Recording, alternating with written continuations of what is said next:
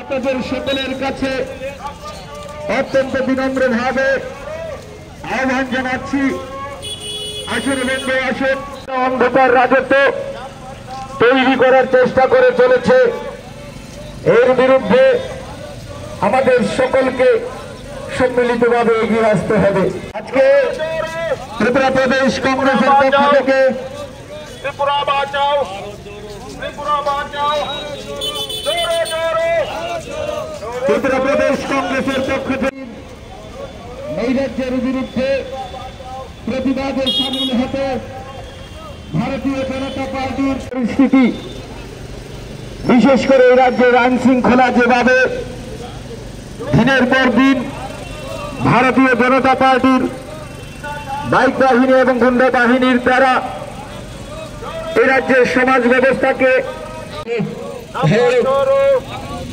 ভারত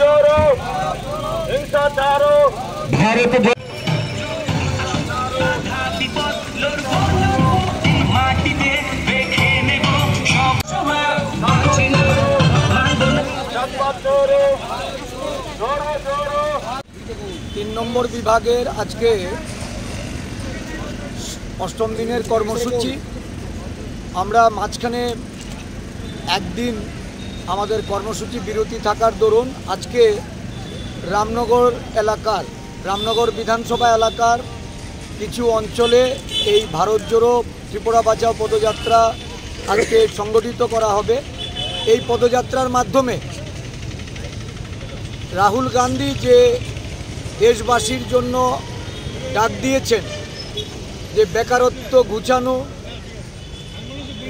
দেশ বিভাজনের চক্রান্ত রুখে দেওয়া, দেশের অর্থনৈতিক মান যেভাবে অবনমন হচ্ছে এটাকে রোধ করা, সার্বিকভাবে এই দেশের অখণ্ডতা সার্বভৌমত্ব রক্ষা, এটা ভারতবর্ষের জাতীয় কংগ্রেস দলের প্রত্যেক সৈনিকরা তারা রাজ্যে রাজ্যে পদযাত্রার মাধ্যমে জনগণকে জাগ্রত করে জনগণের যে আন্দোলন, এই আন্দোলন গড়ে তোলা।